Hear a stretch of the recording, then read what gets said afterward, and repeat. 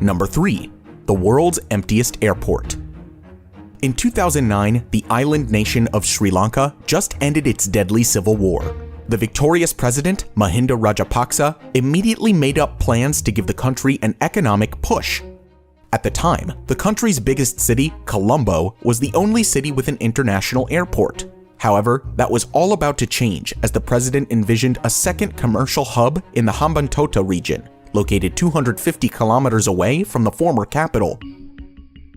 This region was already experiencing a massive construction boom, and a new seaport was built there with the help of China, a partner willing to invest billions into infrastructure projects. The next big plan was to build Sri Lanka's second international airport in the small town of Matala, located just outside of Hambantota city.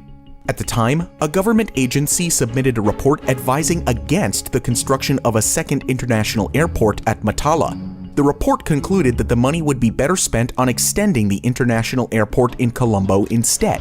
However, the government ignored the warning and still went through with the plan. Construction began in November 2009, and the airport was completed in just over 3 years. It was named after the president himself and officially opened for flight operations in March 2013. The total cost of the project was $210 million, 190 of which were loaned by China. The Matala Rajapaksa International Airport is a modern airport by any standard. It can handle up to 1 million passengers every year and has a 35-meter-tall air traffic control tower.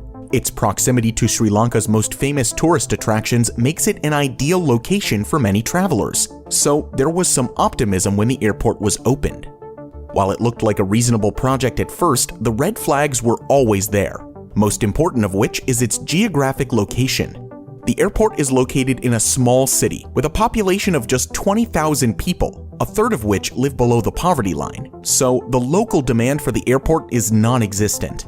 Even though it's close to many tourist hotspots, a lack of effective transportation makes it less desirable for travelers. In 2014, the airport was used by 3,000 flights and serviced 50,000 passengers. For an airport designed to serve 1 million passengers, the numbers were too low. But the worst was yet to come. Due to low demand, the airliners were quick to cancel operations, and within a year, it was registering losses of $18 million per year. Even Sri Lanka's state airline stopped operating flights at the start of 2015 after Rajapaksa's defeat in the elections. With no demand and rarely any traffic, the wild animals in the vicinity started to outnumber the people using the airport.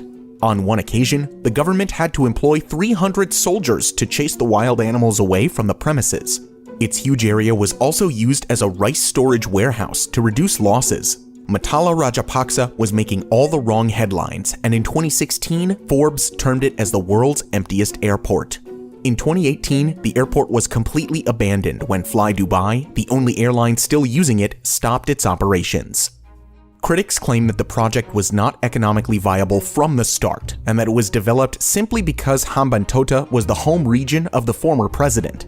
Former President Mahinda Rajapaksa has been accused of pushing the country further into China's debt trap, especially after his seaport project also failed.